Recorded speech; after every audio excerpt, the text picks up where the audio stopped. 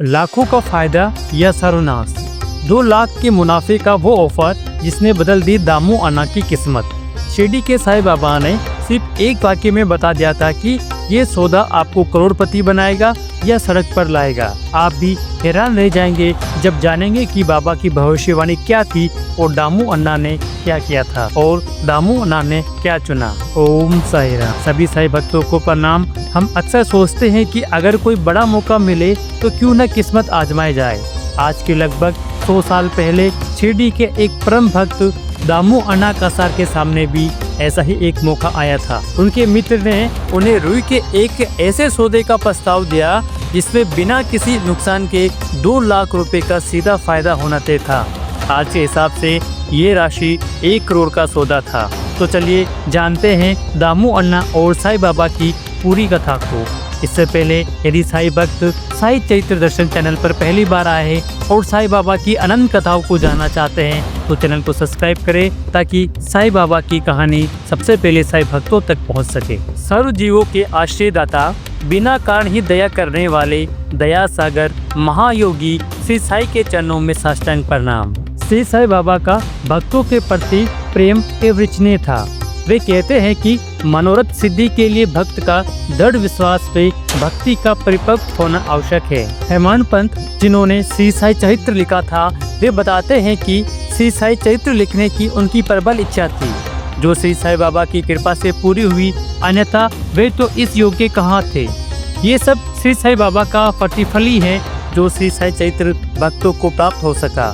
ग्रंथ की महिमा का वर्णन करते हुए वे कहते हैं कि चंद्रकांत मणि के समान है जिसमें श्री साईं लीला रूपी अमृत लबालब भरा है और छलकता रहता है ताकि भक्त इस लीला अमृत का पान कर कर जीवन को सार्थक कर सके। जो श्री साईं बाबा की भक्ति करता है, बाबा उनके कष्टों को दूर करते हैं, दुर्भाग्य को सौभाग्य में बदल देते हैं। इसी संदर्भ में एक कथा है अहमदनगर निवासी दामू अन्ना कसार, जिसका पूरा नाम था दामोदर सावलराम रासने कसार। दामू अन्ना शिरडी में 1985 में पहली बार आए थे। तभी से वे जरीदार ध्वज भेंट करते और गरीबों को भोजन कराते थे। दामू अन्ना को उनके एक मित्र ने पत्र लिखकर उनके साथ रुई का सौदा करने की इच्छा व्यक्त की। साथ ही आशा भी व्यक्त की कि इस सौदे में अनुमानतः 2 लाख रुपए का लाभ हो जाएगा। 1936 में दामू अन्ना ने नरसिंह स्वामी को एक व्यक्तित्व में बतलाया कि रुई के सौदे का ये प्रस्ताव उनके समक्ष बम्बई के एक दलाल ने रखा था जो साझेदारी से हाथ खींचकर सारा भार उन पर ही छोड़ने वाला था। दामू अन्ना के अनुसार दलाल ने लिखा था कि सौदा उत्तम है, आने की कोई गुंजाइश नहीं है, ऐसे अच्छे मौके को हाथ से नहीं निकलना देना चाहिए। दामू अन्ना के मन में विचार आ जा रहे थे लेकिन कोई भी वे निर्णय नहीं कर पा रहे। वे श्री साईं बाबा के परम भक्त थे। अंततः उन्होंने पूर्ण विवरण लिखकर एक पत्र श्यामा के पास भेजा और प्रार्थना की कि वे साईं बाबा से फरमाइश कर उन्हें सूचित करें। पत्र अगले दिन ही श्यामा को मिल गया। श्यामा ने दोपहर को वे पत्र द्वारकामाई में जाकर श्री साईं बाबा के सामने रख दिया। बाबा ने जब श्यामा से पत्र के बारे में पूछा तो श्यामा ने उन्हें बताया कि देवा अहमदनगर के दामू अन्ना कसार आपसे आज्ञा की प्रार्थना कर रहे हैं। बाबा सब कुछ जानते थे, फिर भी अनजान बनकर उन्होंने पूछा कि श्यामा, इस पत्र में वे क्या लिख रहा है? क्या उसने कोई योजना बनाई है? मुझे तो लगता है वे आसमान को छूना चाहता है। उसे उसी में संतुष्ट रहना चाहिए जो कुछ उसे भगवान की कृपा से प्राप्त है। फिर भी तुम पत्र पढ़कर सुनाओ। श्यामा ने पत्र पढ़कर कहा कि इसमें तो वही सब लिखा है जो आपने बताया है। देवा, आप स्वयं तो शांत बैठे रहते हैं और भक्तों को अशांत कर देते हैं, उन्हें अशांत कर फिर उन्हें आकर्षित भी करते हैं। जब आपको पता था कि पत्र में क्या लिखा है तो आपने मुझे पढ़ने को क्यों कहा? बाबा मुस्कुराते हुए बोले कि अरे श्यामा, तुम पत्र तो पूरा पढ़ो, मैं तो ऐसा ही कुछ कह देता हूँ। कौन विश्वास करता है मुझ पर? जब श्यामा ने पूरे पत्र को पढ़ लिया तब श्री साईं बाबा चिंतित होकर बोले कि मुझे लगता है दामू अन्ना पागल हो गया है। उसे लिख दो कि उसके घर में किसी भी वस्तु का अभाव नहीं है, वे आधी रोटी में ही संतोष करे, लाखों के चक्कर में न पड़े। श्यामा ने बाबा की आज्ञा के अनुसार दामू अन्ना को पत्र का उत्तर भेज दिया।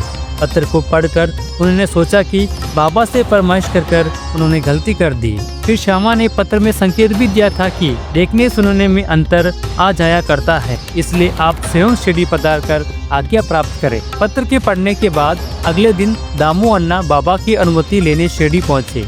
उन्होंने बाबा के दर्शन कर सेवा की, लेकिन सौदे वाली बात कहने का वे साहस नहीं कर पा रहे थे।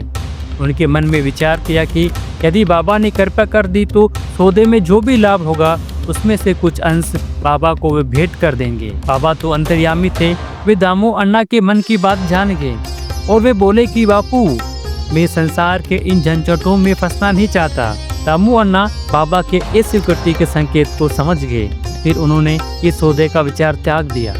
इसके बाद दामू अन्ना के मन में गेहूं, चावल आदि का सौदा करने का विचार किया तो बाबा ने उनके विचार को जान गए और बोले कि तुम रुपए का 5 शेर खरीद कर 7 शेर में बेचोगे, इसलिए उन्हें इस सौदे का विचार भी त्यागना पड़ा। इसकी प्रत्यक्ष अनुभूति भी उन्होंने की थी, क्योंकि कुछ समय तक तो अनाजों के भाव बढ़ते रहे, लेकिन 1-2 माह बाद भाव गिर गए। जिन लोगों ने भी ये सौदे किए थे उन्हें भारी हानि उठानी पड़ी थी।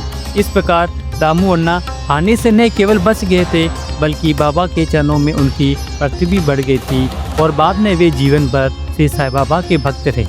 तो इस प्रकार से श्री साईं बाबा ने दामू अन्ना को नुकसान होने से बचा लिया था। श्री साईं बाबा की और भी इसी प्रकार की कथाओं को जानने के लिए चैनल को सब्सक्राइब करें, बेल आइकन पर क्लिक करें ताकि साईं कथा सबसे पहले साईं भक्तों तक पहुंच सके। ओम साईं राम।